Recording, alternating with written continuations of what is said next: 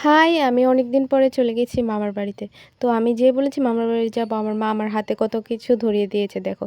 তারপর আমি গেট খুলে ডোরে দুটো নকও করতে পারিনি। আমি দেখি আমার বোনেরা আমার জন্য আগে থেকেই এখানে হাজির ছিল। তো ভেবেও ভালো লাগে এভাবে কেউ ওয়েট করলে। তারপর আমি ভিতরে চলে গেলাম। গিয়ে ওদের তামাশাই দেখছি, আমাকে যেন চিনতেই পারছে না। তারপরে দিদা আমার জন্য খাওয়ার বাড়ছিল। আমি ওখানে তৃপ্তি মতো খেলাম। দিদার হাতের রান্না বলে কথা। তো আমি খেতে খেতে ওদের তামাশাগুলিও দেখছিলাম। তারপরে দিদার সাথে একটু গল্প করে ভাইয়ের সানগ্লাসটা নিয়ে আমি অক্ষয় কুমারের মতো পোজ দিয়ে নিলাম। তারপর আমি আবার মাস্টার বাড়ি যাবো সেজন্য রেডি হচ্ছিলাম, সরি প্রাইভেটে যাব। তো আমাকে রেগুলার দিদা এইভাবে এগিয়ে দিতে আসে রাস্তা অবধি।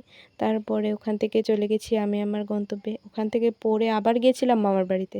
তারপর মামার বাড়ি থেকে কিছু জিনিস নিয়ে আমি আমার বাড়ির উদ্দেশ্যে রওনা দিলাম।